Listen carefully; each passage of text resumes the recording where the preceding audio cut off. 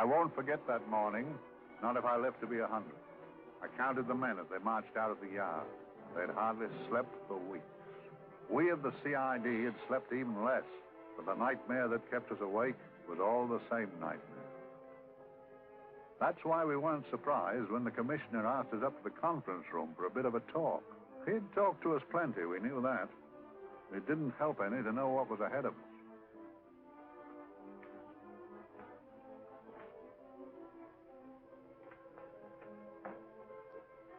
Must we have that window open, Gregson?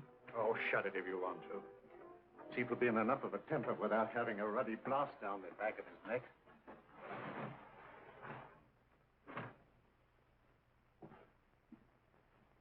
Gentlemen, the commissioner. Stuffy in here. Be seated, won't you? Gentlemen, if you wish to know what able men you are, read any of the works of popular fiction that glamorize your achievements, but don't, I beg of you, read the daily papers. They might give you an inferiority complex.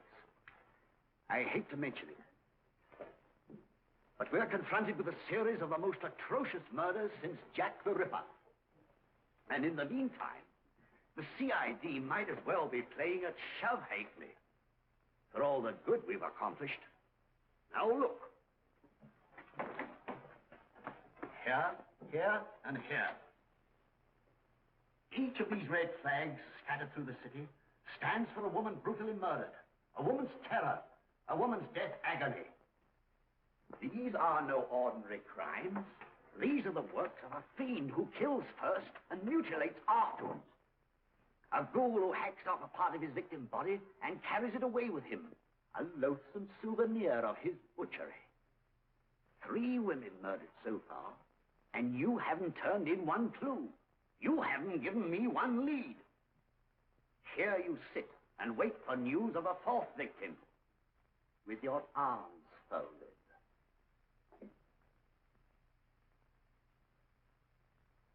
Well, we hadn't long to wait. It was down Lambeth Way where a young woman was hurrying home late last night. She saw something and stopped. It was a constable. He spoke to her, and he walked along with her, just in case. He saw her go down the stairway to the basement lodging where she lived. We can only surmise what happened after that.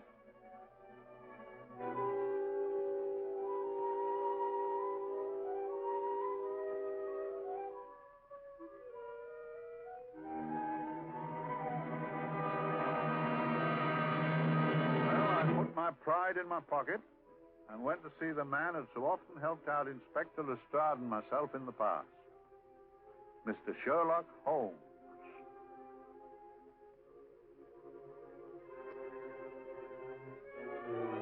If ever a man needed help, I did.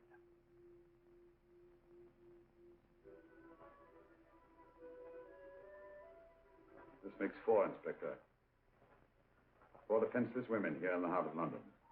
And everyone with the right forefinger hacked off. Not hacked, Inspector Gregson. Cleanly, expertly severed. The work of a skilled surgeon. That's our only clue. Much about the age of my sister's girl. Is there no way of stopping this, Mr. Holmes? Yes. There's a way, somehow. The fiend that did this. I promise. I promise. We've nothing to go on. That's the rotten part of it.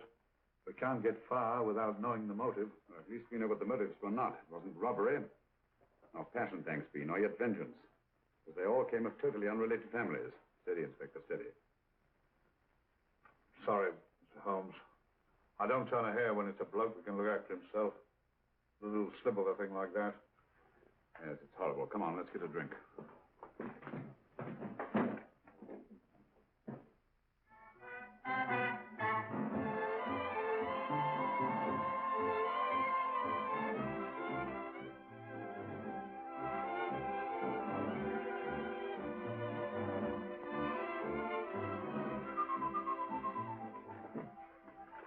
Good evening, Mr. Holmes. Good evening, Vincent. Whiskey and soda, please, and a double for my friend here, Inspector Gregson.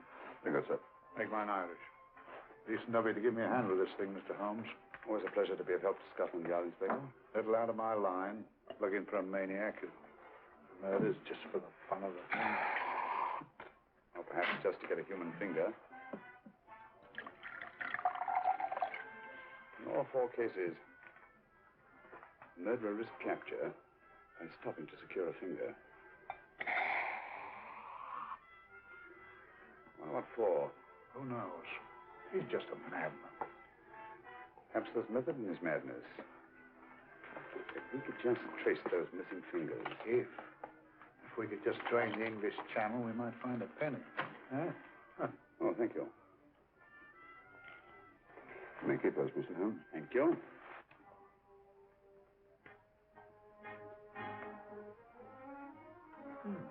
Sir George Fenwick, isn't it? Yes. Is that his daughter with him? Don't be so naive, Inspector.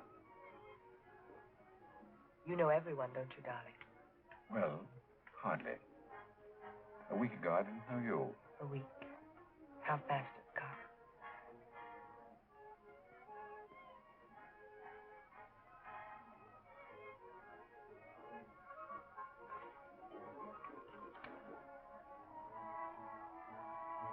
I collect these things. How very quaint of you. Shall we go? Yes.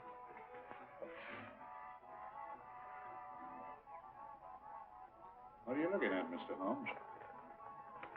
Looking at a very handsome woman. Not born to the purple, but giving an excellent imitation. Would you like to come to my flat for a nightcap? Lovely idea. Yes, isn't it?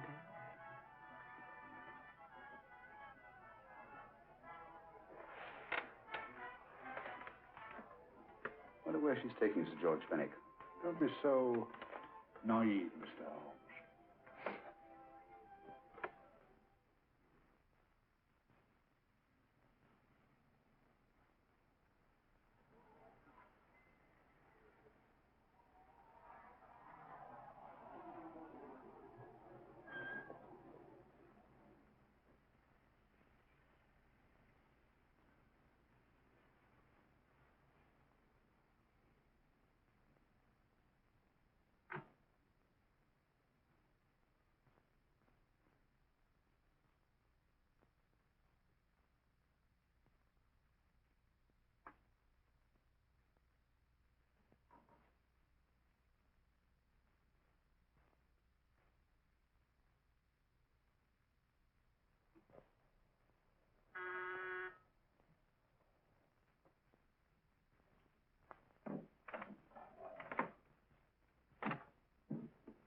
Good evening, Mum. Hello, Brandon. Any messages? No, Mum. Thank you. Drinks, Crandon. One of your nice surprises. Yes, Mum. I say, you don't mean that... Crandon's a marvel, aren't you, Crandon? Yes, Mum. You wouldn't believe the things she can do. Ah, charming thing. Delightful. Really? You think so? I'm so glad. Do sit down. Do you mind? Do I mind? What a question. I don't mind anything, really. Except not being with you. Now, you really don't want me to believe that, do you? Not too seriously. Good. We're both quite grown up, aren't we? Quite.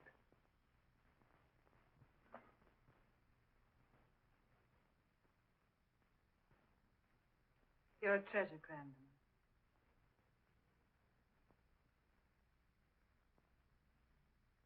And lower the lights a little as you leave.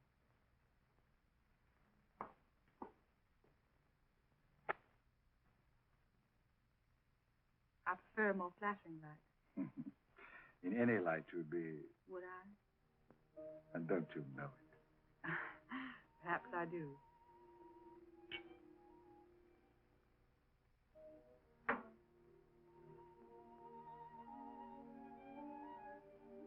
Oh, that priceless woman. You wouldn't believe it, but she's absurdly romantic. She loves dreamy music, and she thinks that we... But we do, don't we? Do we? Well, it's rather soothing, restful. Yes. And we all need rest at times, like tired children played too long. You've played with wooden soldiers, I suppose. Funny. Hadn't thought of that for years. Toy boats were my special joy. Anything I could set afloat anywhere. Like this. And this. Toy boats sailing into the Never Never Land. The land of beautiful dreams. Look. Look, art isn't it how the light is reflected? Little specks of light that move and move. Like stars on a slowly moving stream. You know, Holmes, I'm very sensitive to atmosphere. No? Yes, I can tell by the feel of this room there's been a murder committed here. It may interest you to know, my dear fellow, it was the other side of that door at the foot of the stairs that the poor girl was murdered. If only I could find it. Find what? The one thing these unfortunate victims have in common that might give us a motive for these murders. There must be something. Another Jack the Ripper, if you ask me, a homicidal maniac. No, Watson. In the case of Jack the Ripper, there was one thing in common. His victims were all from one walk of life, living in the same section of the city. In this case, the murderer chooses his victims from all walks of life and from different sections of the city. No, my dear fellow, this is not the work of a homicidal maniac. It's something infinitely more sinister. You mean the creeps? What else are you talking about? Watson, I'm convinced that these murders are only incidental to some larger and more diabolical scheme. That may be, but why the severed fingers? The answer to that question, my dear fellow, is our only hope of solving these mysteries. Dear sister, I am so happy. I had such a lovely holiday at Brighton with you and Alf. And I'm looking forward to being with you again. Poor little thing. Sort of raises a lump in your throat. I can picture her sitting here happily writing this letter. And a lot bit realizing that she's shortly going to her death. Hello? Gregson.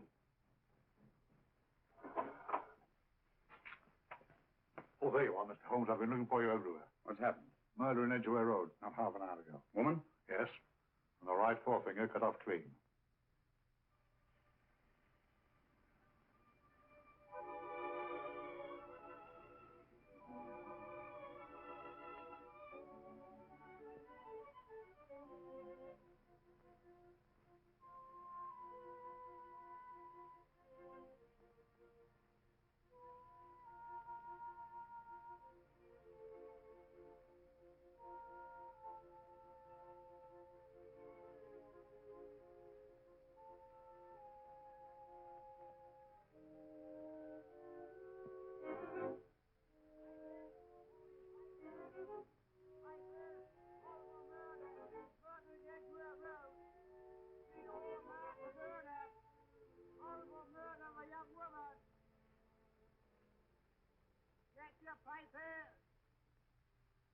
Horrible murder, Piper, all about the murder.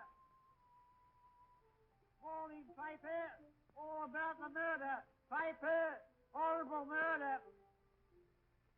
Another young woman found murdered, Piper, sir. Horrible murder, Piper, Piper, read all about it. Get your Piper, murder in Edgware Road. Horrible thing, the murder.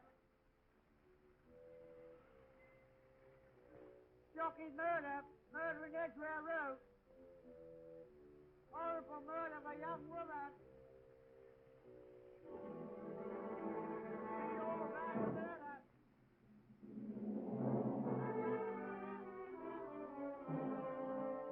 Only fancy, Mum. There's been another of those horrible murders. Dear, dear, how shocking. Yes, Mum. I really don't feel quite safe here myself. Oh, dear.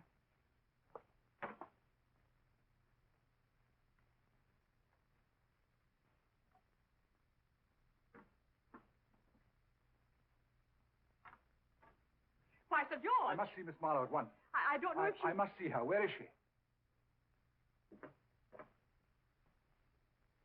Lydia. Why, Sir George, what is it? What happened? I don't know. You'll have to help me. You've got to help me. But I don't understand. Listen. I woke up a few minutes ago in a cheap boarding house off Edgware Road. I don't know how I came there. I don't know when. The last thing I remember is being here with you. Calm yourself, Sir George. When did I leave here? Well, it was about, it was 10:45, Mum. Precisely. You seemed, forgive me, just a little distressed. Detached, not interested. I thought I'd said something to offend you. I don't remember.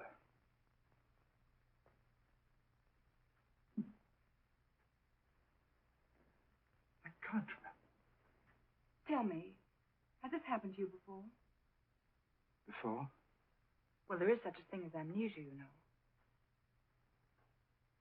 It was 10:45 when I left you. It was 9 this morning when I woke.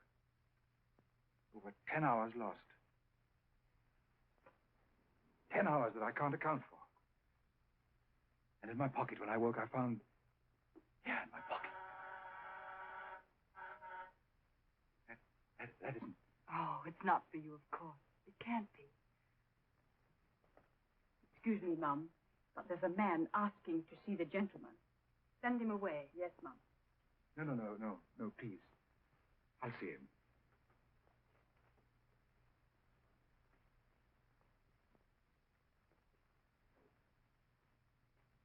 Well? Delightful room. Not much like the place you woke up in this morning. You followed me here? Yes. Are you a detective? Oh, no. Quite the contrary. Don't be afraid, Sir George. You know my name? Oh, yes. A very old and highly honored name. And being the bearer of such a name, and also a very wealthy man, I thought you might care to possess yourself this trifle. Rather than let it fall into the hands of the police. It is yours, if I'm not mistaken. The initials, GF. Where did you get this? It came out of your pocket. I saw it fall, but you never noticed. You were very busy, bending over something with a knife. Then you put something in your pocket.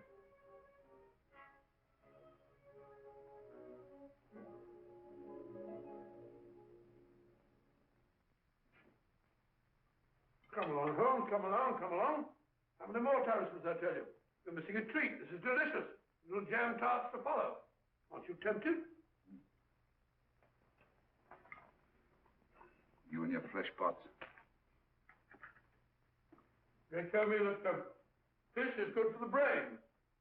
Brains haven't any. You realize that a whole day and a night have gone by since that festive affair in Edgware Road? I'm as much in the dark as ever.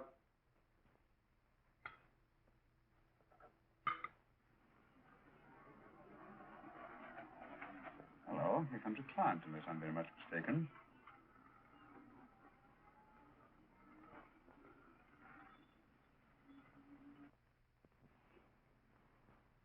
Oh, attractive. Very attractive.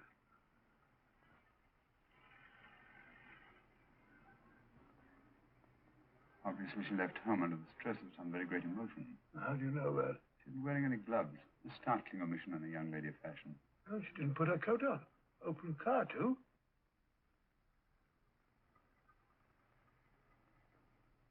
Furthermore, there's something in that bag she wants to show me. What makes you say that? The bag doesn't match her dress, indicating it was picked for size rather than style, to accommodate some bulky object. You amaze me, Holmes. What I meant to, my dear fellow.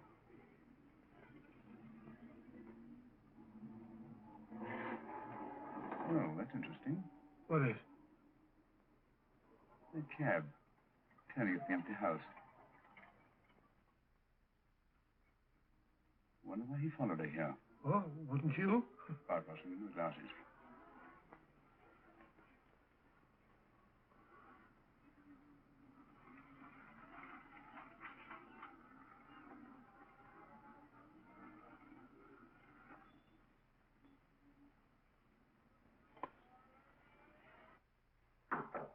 Oh, we shall soon know. Yes, Mrs. Hudson? It's a young lady, sir. Most urgent. Ask her to come in.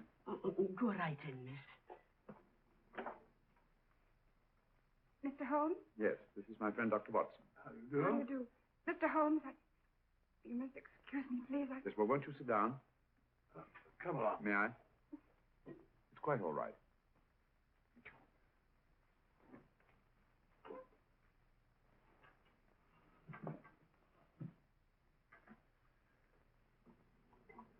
Now try to control yourself, Miss Fenwick. You're with friends. You know my name? No magic, I assure you. I've often seen your picture. You're the daughter of Sir George Fenwick, aren't you? Yes. It's about my father that I... What about your father, Miss Fenwick? Oh, I don't know what to do. He's always been the nicest, dearest person. Only since Mother died. Yes, but we know. So I didn't think anything of it when he was away all night before last. But he didn't come home until yesterday at tea time. Didn't come in for dinner at all. Just paced up and down in the library hour after hour. I begged him to let me in, but he wouldn't. Steady, steady. Now take your time. I couldn't sleep a wink last night. Then I started hearing things. Hearing things? What sort of things? I heard someone in the garden underneath my window. Then I saw a figure moving down the garden path. And I recognized my father. Stealing through his own garden like a thief.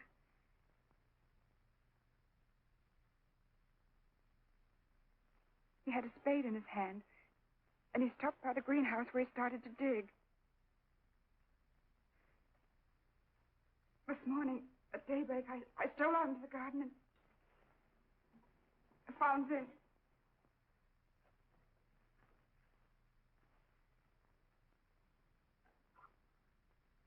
Finger. A human finger. Bring up Scotland Yard, will you, Watson? Ask them to get hold of Inspector Gregson and tell him to meet us at once at George Fenwick's house, Kingston. Operator, get me Scotland Yard quick. Where's my father, Norris? He's still in the library, miss. Thank you. We'll see him right away. Will you come with me, please? Thank you. I got your message, Mr. Holmes. Yes, indeed. Dad, may I come in? Dad. Honey? He doesn't answer. You mind? Please do. Thank you. Watson, quick. Oh, Come along, no, my dear. no, no. Take charge, Miss Fenwick, please. Now, miss, please. Please come along with me.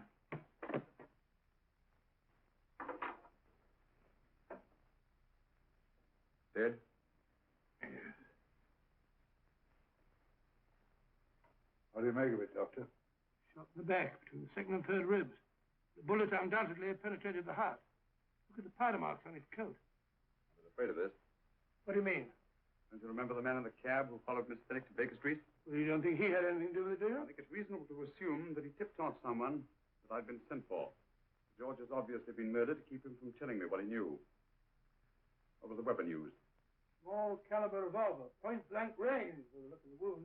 The murderer came in through those French windows. The mud from the garden he brought in on his boots. George must have surprised the intruder. Passed the room to him here. The follows we can't tell.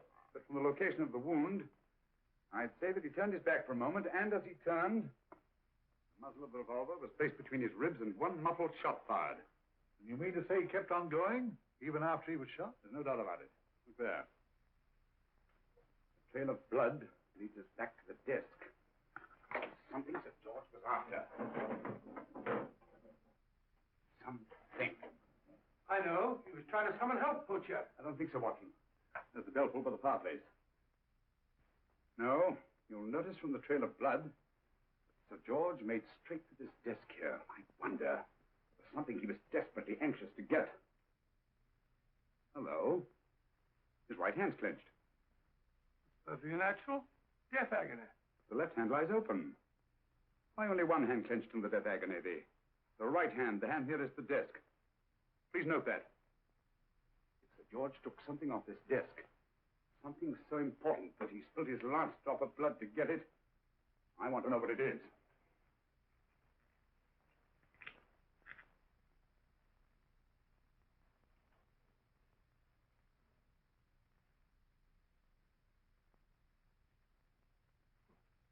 Nothing but an ordinary match folder. Where does that lead us? I imagine to something very important, Gregson. This match folder's from Pembroke House. Why shouldn't it be? He was there, you know. We saw him yesterday. Yes, but the effort he made after he was shot to get hold of this match folder. It's just possible he wanted someone to remember Pembroke House.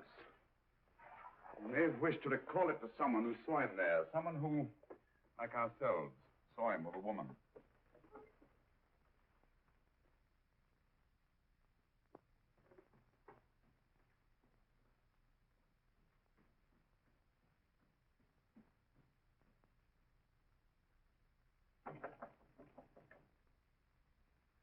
Come in. Oh, Dr. Watson, this came by hand for Mr. Holmes not 10 minutes ago. Thank you, Mrs. Elson. That would be the report from Mr. George's bank. What? Oh, really? Don't you remember his daughter told us that he just closed his account? Had it looked into at once.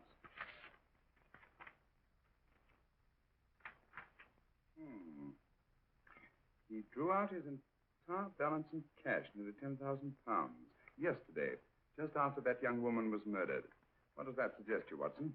He paid it out to someone. Precisely. I smell the faint, sweet odor of blackmail. You don't think he paid it out to someone who saw him murder the McLean woman? George never murdered anyone. But he did have that woman's finger, and he evidently did have and pay out a lot of cash. That's the terrifying part about blackmail, Watson. The victim is afraid to fight the accusation, no matter how false. Once the accusation is made, his name is smeared, and sometimes his life is ruined. Well, if George didn't commit these murders, what fiend did? I rather think they're not the work of any one man. Oh, come, Holmes.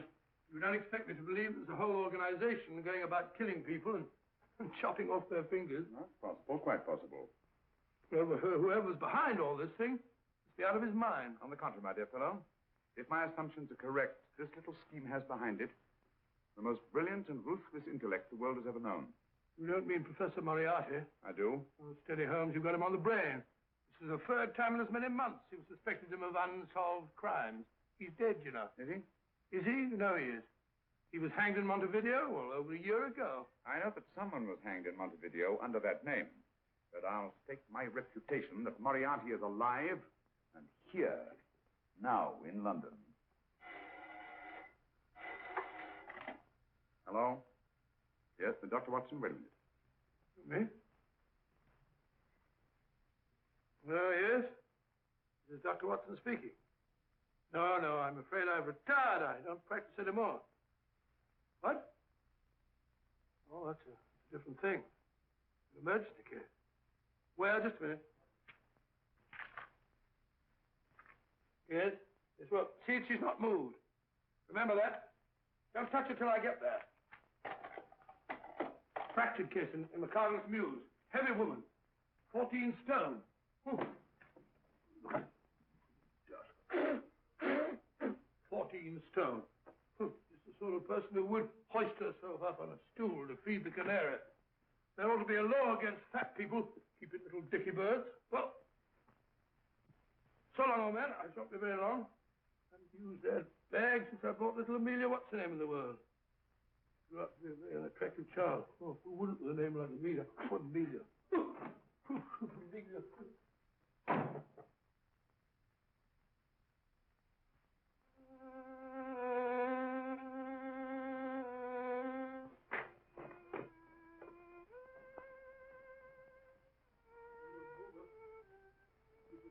Stupid about that.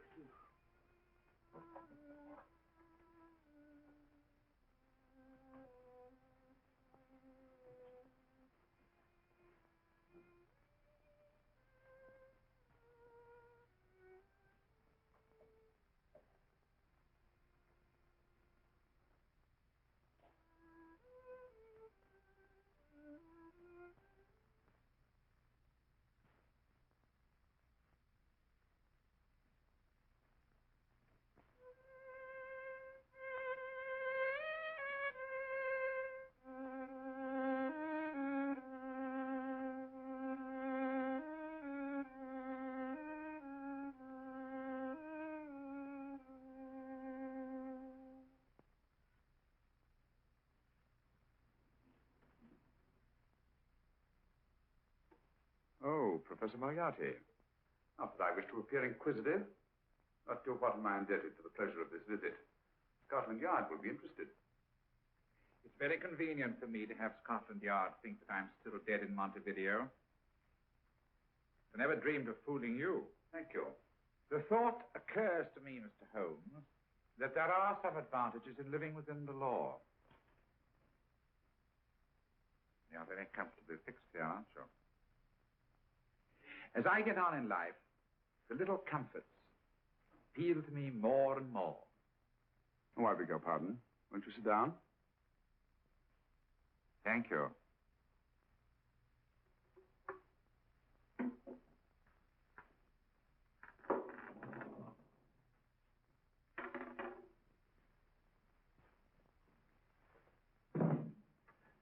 And now, Professor Moriarty, what can I do for you? Everything that I have to say to you has already crossed your mind.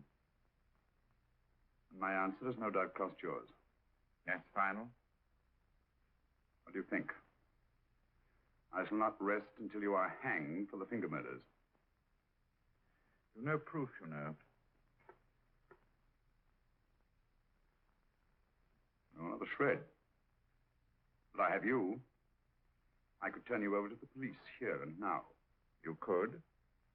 If you did, you'd never see Dr. Watson again.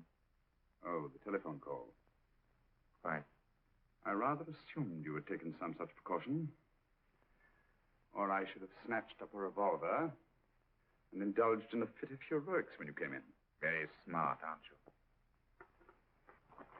Not smart enough. Or I should have anticipated you. But if any harm comes to Dr. Watson, I shall seek you out. I shall not rest until I find you, and when I do... No harm will come to Dr. Watson this time.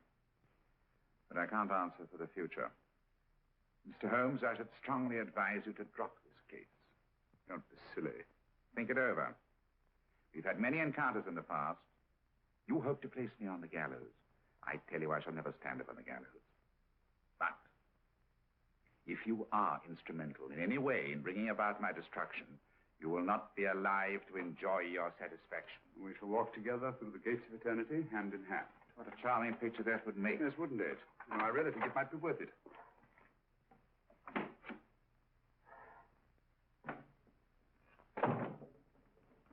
Shoelaces, Governor? Tuppence a pair. And strong enough to hang yourself. How many more times must I tell you I don't want your filthy shoelaces or your company? Shoelaces, Governor? Last impertinence. Run along, my good man, or I'll give you in charge. Shoelaces, Governor? Shoelaces, Governor? Help a poor bloke. What's only got one arm? Any luck with Mr. Holmes? You can read his obituary in tomorrow's papers.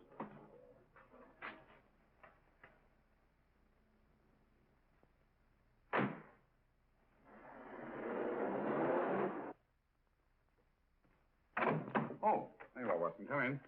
I was, just going out to look for you. Look for me what for? Suppose you don't think I know my way about. Well, you're right, I don't. Blast all practical jokers anyhow.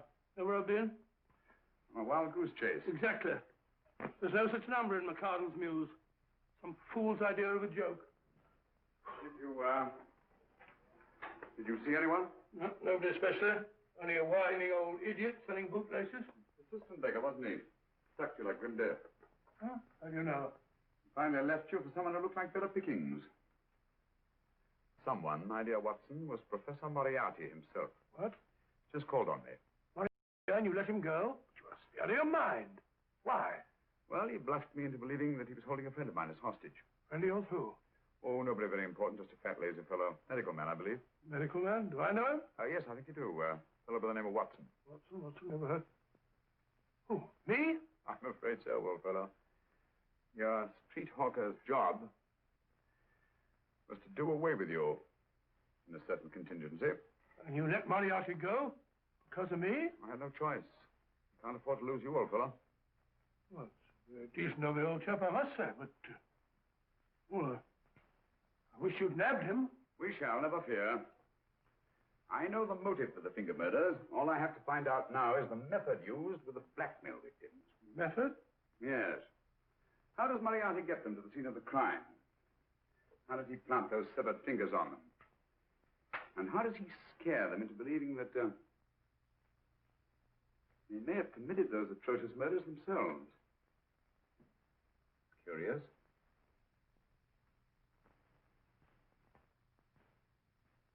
Very curious. Huh? Curious? What's curious? That window in the empty house across the street. First floor front. Oh? What's wrong with it? It's open. Well, shouldn't it be open? It wasn't open half an hour ago. I'll stake my life on that. Well, it's not our business. Let it stay open. I wonder if you'd go over, old fellow, and see what's the matter. Trespassing. Against the law. Very well, I'll go myself. Oh, well, if you're going to put it like that, ridiculous waste of time. Think about shutting windows at this hour of the night. Yeah, you better take this torch. Don't take what? Dignified job for a doctor. Dr. Watson, the torchbearer. And what do you propose to do? Sit in a comfortable chair, I suppose, and read a good book? That's a very good idea. Yes, very good idea. While I play night watchman, you have a nice read. Mm-hmm. Good night. Have a good time. Good time. What do you mean, have a good time?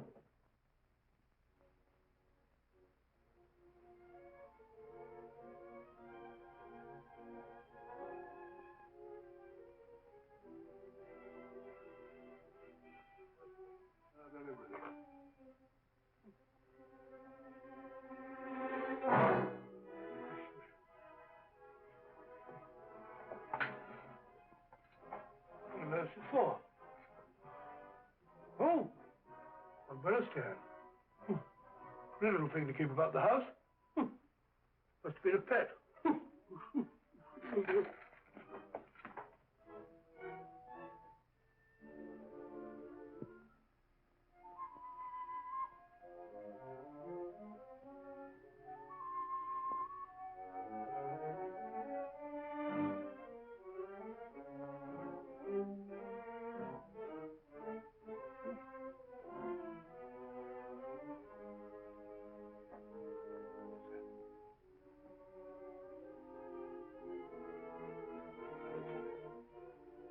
Rat, Barbara.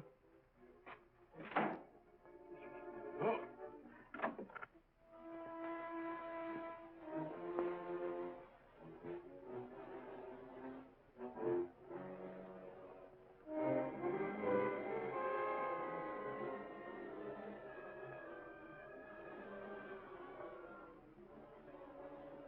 Well, he sits comfortably reading a book.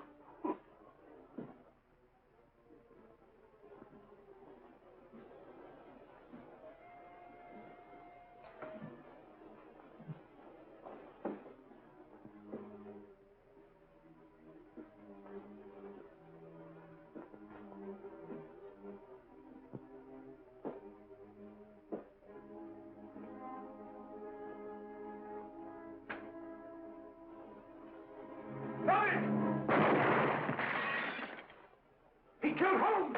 He killed Philip! Watson. You? But I saw him shoot you a second ago. Not me, my dear fellow. Merely the bust of Julius Caesar. Incidentally, you may have noticed that all through the ages, prominent men have prominent noses.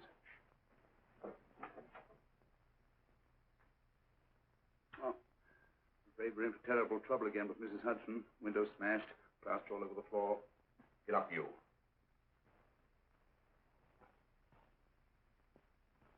Corporal Williams, Middlesex Regiment. Discharged from the army as physically unfit. Yeah. Papers seem in order.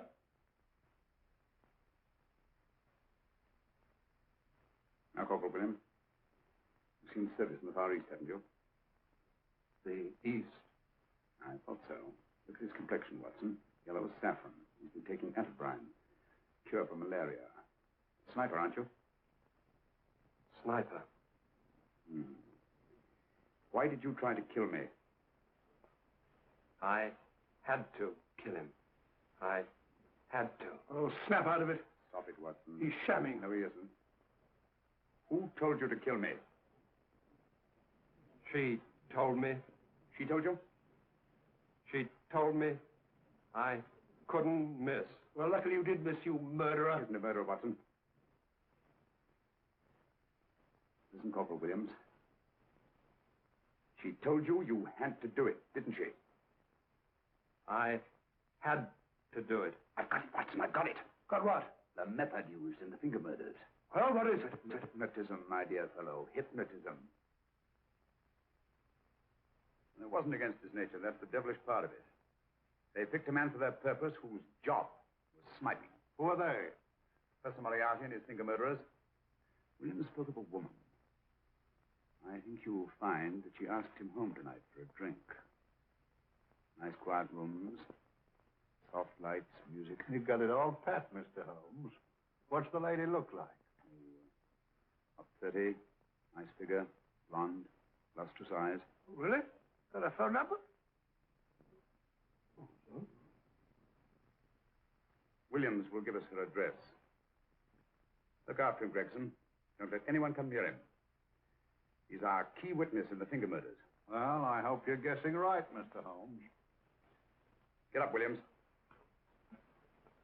Now, go with Inspector Gregson anywhere he tells you. Come on. Yeah. Ring me as soon as he comes to himself, will you? I will. Good night, gentlemen. Good night. Well, if you believe that fellow Williams was hypnotized, I suppose you think Sir George Fenwick was hypnotized, too. I'm quite sure of it. Have a cup of tea? Thanks, old boy. Nothing to eat. Well, why didn't these people make Sir George do the murder himself? Because they didn't want to get him hanged. They wanted to blackmail him. Well, who do you think the actual murderer is? One of Moriarty's gang. A diabolically simple technique. Kill a woman. Yes. But why cut off the fingers? My dear fellow, don't you understand? The severed finger is what links the blackmail victim to the murder. He wakes, finds the grisly thing in his pocket. Doesn't know how it got there. He's no idea that he's been hypnotized. For all he knows, he may have committed the atrocious crime during some dreadful lapse of sanity. In that state, when he's utterly demoralized, the blackmailers take over. Is that it? Undoubtedly. You see, they swear that they saw him commit the murder. And being human, the victim will pay anything rather than stand trial on a charge that will make his very name loathsome. It all fits in if you believe in hypnotism. The only possible explanation. You think the hypnotist is that woman with the blonde hair and the lustrous eyes, the woman you invented? I didn't invent her. I saw her. What are you talking about? That woman, my dear Watson, was with Sir George when he left Pembroke House. I saw her there. I shall see her again, and Williams will lead me to her. That's why it's so important to keep him safe. He will identify her.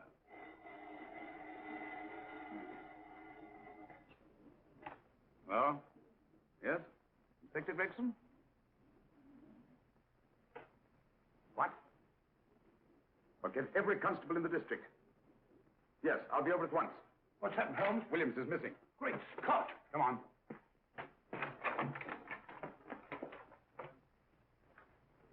Lorry crashed into Gregson's car. During the confusion, Williams disappeared.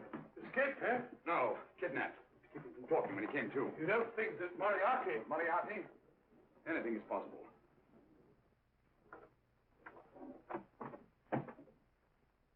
Williams! Dead. You see? Anything is possible.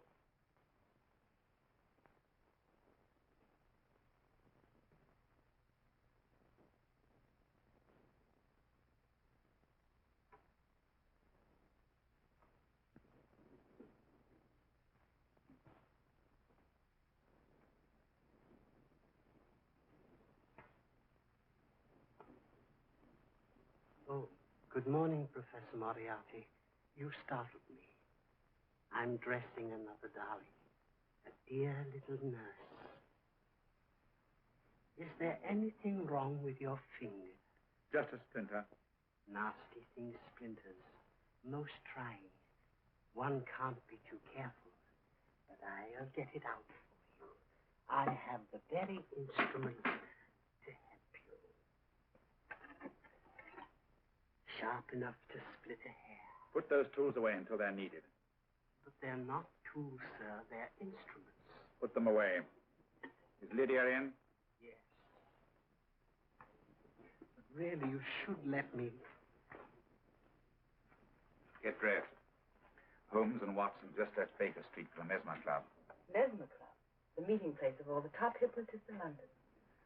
Do you suppose that Mr. Holmes is onto our method? It is suspects. It's merely a suspicion. It's our business to see that it ends there. I hope you're right. Williams passed away before he could talk, remember? What do you want me to do?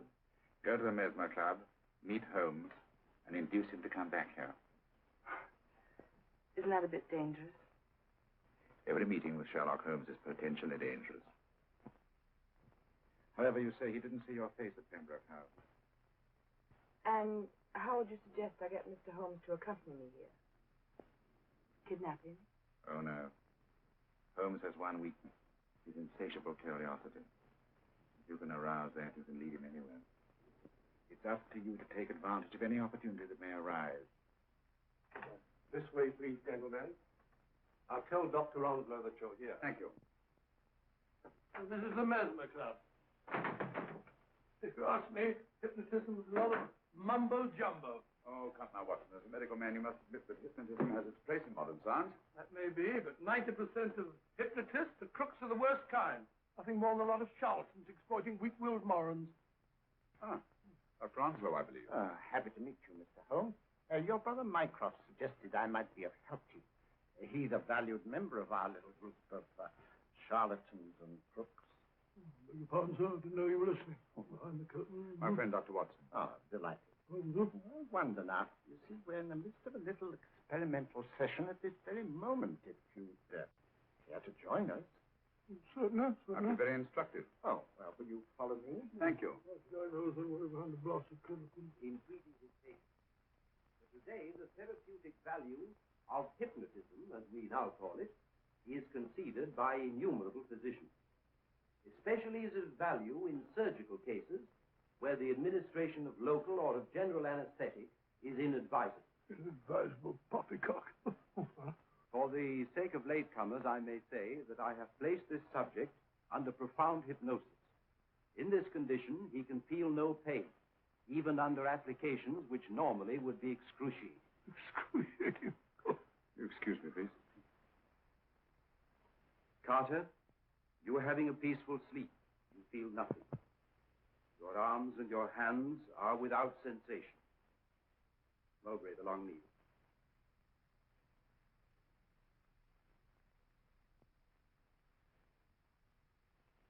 Carter, give me your right hand.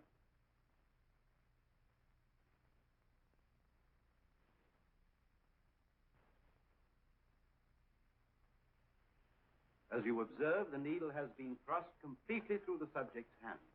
No feeling, no pain. This lack of feeling is the one infallible test of profound hypnosis. Nonsense. Fellow's full of drugs. Well, isn't he? Definitely not, Doctor. Wake up, Carter, wake up. You feel well and rested, remember. No pain anywhere. Wake up, wake up. I say, when are you going to begin? All through, Carter. Stand up.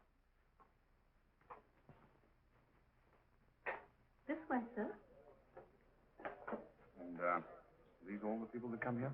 Oh, no. Others keep dropping in all the time. I suppose it's all right for those who believe in it, but of course, I'm a professional man myself. Then you don't believe in hypnotism, Dr. Watson?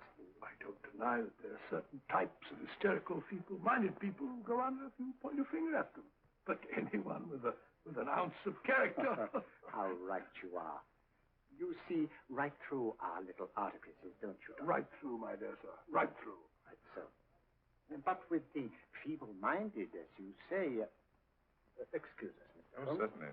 Step over here, won't you? Certainly, sir. Anything to oblige. Let me show you how easily we charlatans take advantage of them. Now, sit down, Doctor. Now, we set a thing like this in motion. It's wonderful, the attraction on the feeble-minded, of course. The continuous motion, if they just let themselves follow it. Of course, you could stare at it till doomsday, Dr. Watson, with no effect at all. still, it might make you a little drowsy, like the white ribbon of road at night when you're driving. The rhythm is smooth, unbroken, and the road goes on and on, round and round, always the same, winding and winding. And you're drowsy, you're tired. Let the road come into you, as it were. The long road, the smooth road, the road to sleep. Sleep.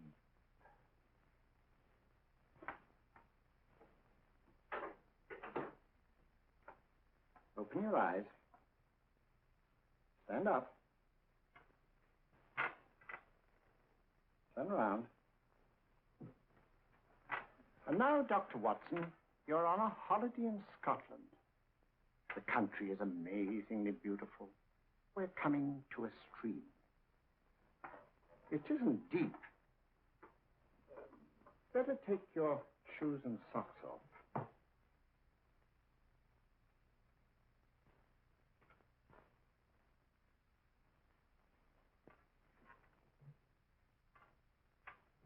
Roll up your trouser.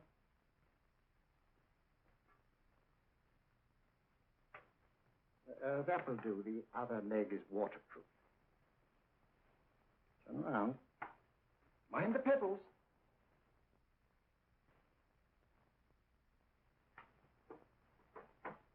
Sit down.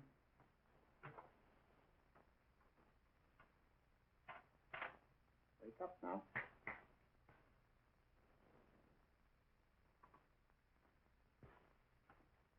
Yeah, you see? What did I tell you? It didn't work with me. Why, nobody with an ounce of character.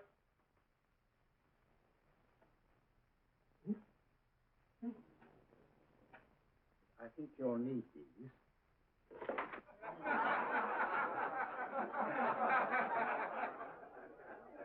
Nothing to laugh at. Watson, she's here. Oh, woman you're looking for?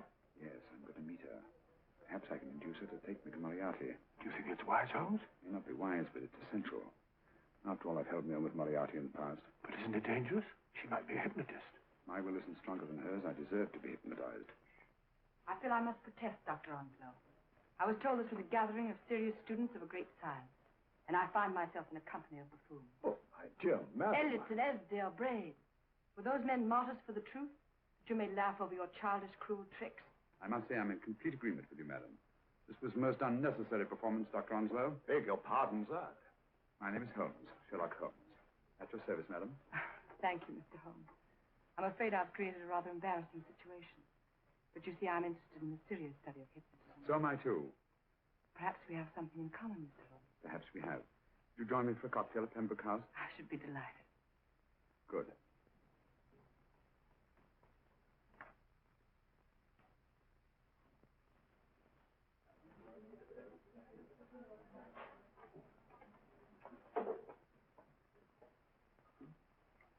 Thank you. I didn't know there was such a pleasant place in London. It was so nice of you to suggest our coming here. I thought a little pick-me-up would do us good. You mean you thought I looked...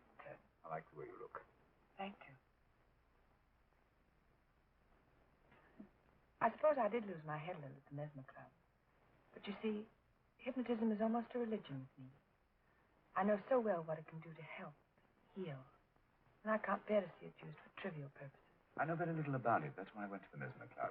You see, I'm rather puzzled just now with the case that I'm working on. How fascinating. Tell me about it. The murder of Sir George Fenwick. Fenwick? Who's he? Quite a well-known figure. Odd now I come to think of it. Last time I saw Sir George was here at Pembroke House.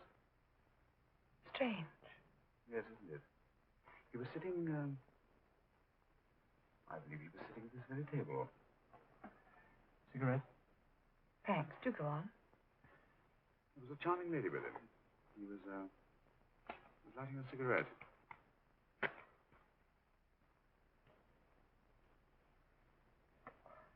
Charming. Did you see her face? No, Westlife. Merely her back. How unsurprising of you. Yes, wasn't it? Afraid I'm getting a little older. I shouldn't say so. That's nice of you. Still, the first time in my life, I've got hold of a case that's beyond me. I'm actually losing sleep over it. You know, Mr. Holmes, I believe I could help you. Really? I should be very grateful. You're amused. Yeah. Really skeptical. How would you go about it? I've used hypnotism more than once in healing. Not for profit. I'm not a professional. But I do think I could help you. If you care to... I can't think of a pleasanter experience.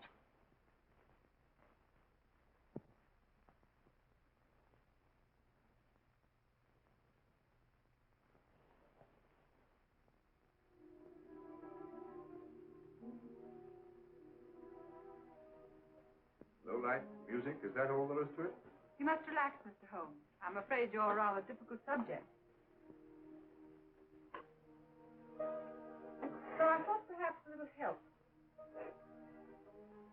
Materia medica might be advisable. Drugs?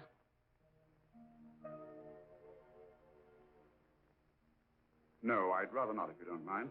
As a matter of fact, I'd rather not myself. But shrink not from your practice in Munich, you know. Believed it the best means for difficult subjects. Do you mind? Well, as a matter of fact, I don't approve of sedatives. Just as you wish. We don't have to go on with this at all, you know. Wait a minute. Wait a minute. All right. I'll take a chance. It's really quite harmless. What is it? Cannabis japonica, an oriental soporific. You'll need water.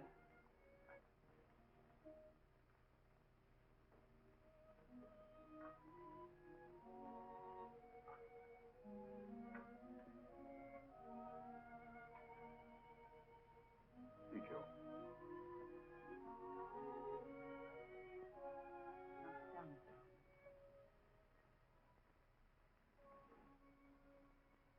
You'll feel yourself growing drowsy. Don't fight it. Give in to it. Because you do want to sleep, you know. Just fix your eyes on this one white flower. Floating on the water. Empty your mind of every other thought. Follow the motion of the water. So smooth. Not a ripple. Waters of forgetfulness. Steady. Deep. Strong. Strange, isn't it? How the light is reflected. Little specks of light that move and move.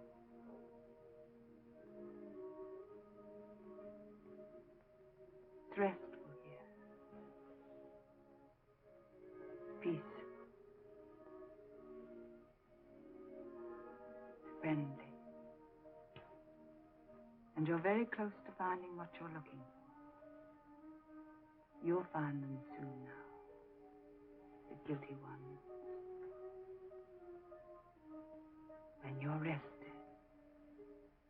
Gentle waters closing over you. Steady, deep, strong,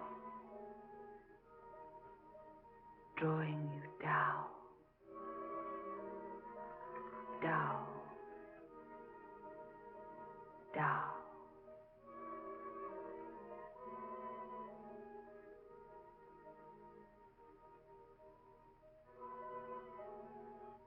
Sleep. Sleep.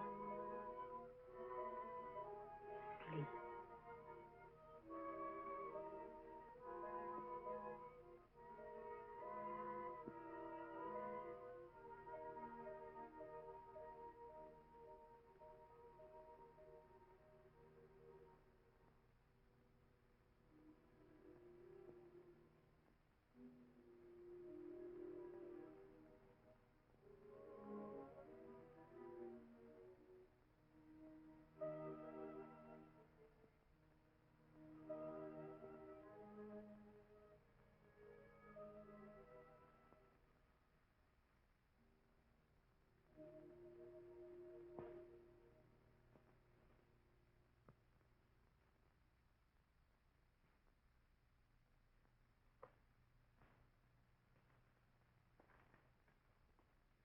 Here he is, Professor Moriarty.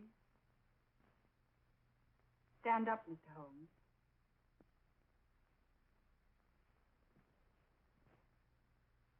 Open your eyes.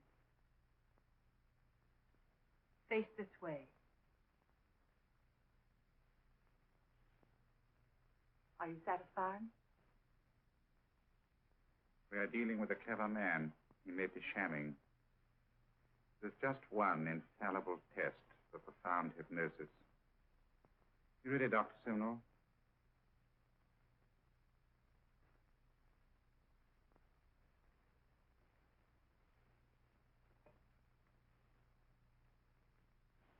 That will do, Doctor. He couldn't fake insensibility to the knife. I congratulate you, Lydia. Turn round, Mr. Holmes. Now walk to the desk.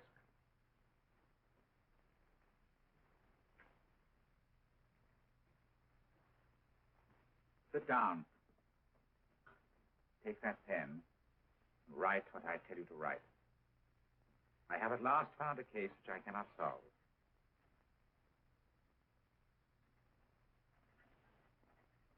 I have outlived my usefulness. Therefore, I have decided to end my life.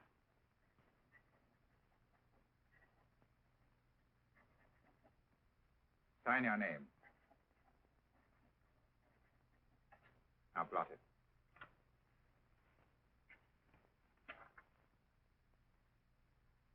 Fold it up. And put it in your pocket. Come, Mr. Sherlock Holmes. Go out onto the terrace. But it won't look like suicide, sir. I'm sorry, but Mr. Holmes' injuries must all be self-inflicted. Let's walk a little, Mr. Holmes. It's so pleasant here in the garden. Just step up here onto the terrace. It's a nice, broad terrace.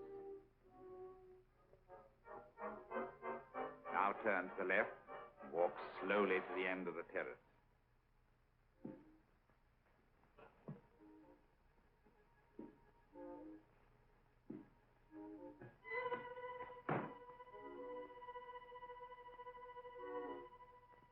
Don't stop. You must walk to the end, you know.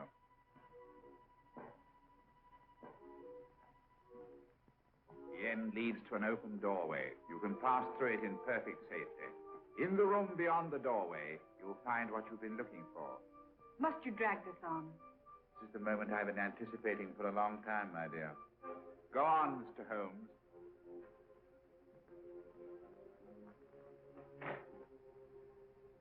Through the open doorway, you will find the man responsible for the finger murders and the death of Sir George Fenning. Professor Moriarty. Holmes! Stand still. What a beautiful view, Watson. I'm quite enjoying it. No, you're not. You're hypnotized. You're under a spell. Stand still. Don't move. Steady, Holmes. Steady does it. Stand perfectly still where you are. Nonsense, Watson. You don't know what you're doing. Of course I know what I'm doing. You mean you're not hypnotized? Certainly not. Then get off the wall, you idiot. Oh, look out! Holmes! Oh, Dear fellow. what were you doing up there? Holding the fort until you arrived. What kept you?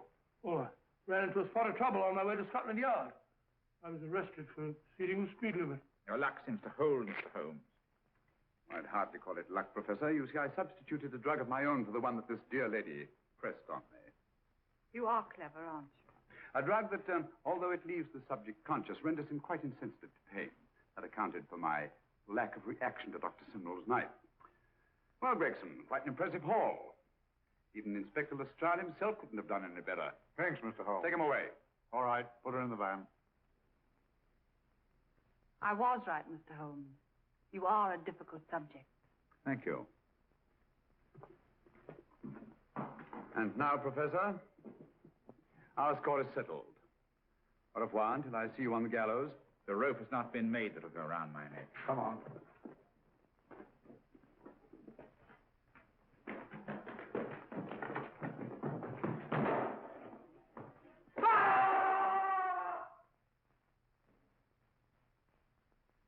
I'll take care of things, Mr. Holmes. Thank you, Inspector.